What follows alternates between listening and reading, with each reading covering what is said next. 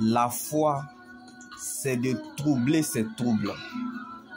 Comme Jésus n'a pas parlé de la tempête, mais il a parlé à la tempête.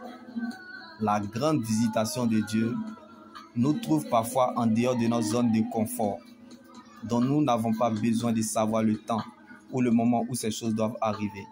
Quand ça sera le moment voulu, Dieu fera de sorte à ce que cela se réalise. S'inquiéter paraît arrogant, car nous avons déjà des problèmes qui dépassent les menaces. Comme Jésus dormait pendant la tempête, la foi fait semblant. La foi esquive le problème. La foi, c'est minimiser le problème. Comme David a ridiculisé Goliath. Ne limite pas tes défis, mais défie plutôt tes limites. Car les défis ne forment pas, mais nous font passer à la prochaine étape. Comme David dans la bataille contre Goliath, l'Éternel est devenu serveur. Les tueurs de géants voient déjà la récompense derrière même avant le combat. Donc la grandeur ne surprend pas les grands. Quand tu vois un Goliath, c'est parce qu'il y a un David qui est là. Tu es la preuve de Dieu dans cette épreuve, le David de cette situation.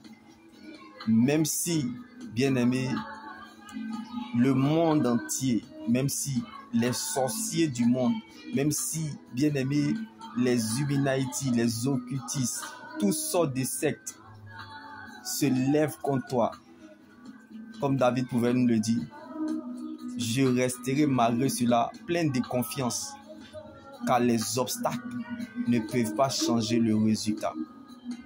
Pendant que le peuple d'Israël était dans la peur et regardait Goliath comme un obstacle, David voyait, bien-aimé, un petit oiseau. Bien-aimé, l'oiseau ne se fâche jamais contre l'arbre.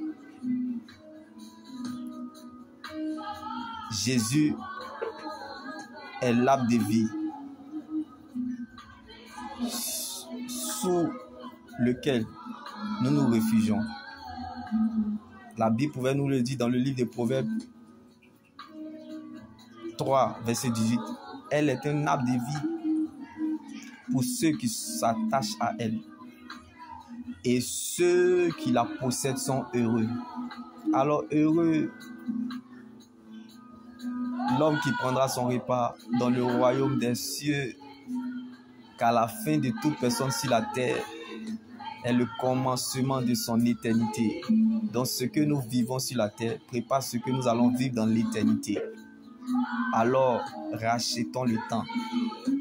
Nous avons déjà des problèmes qui dépassent les menaces. Quelle l'éternité. Je peux avoir perdu des soldats.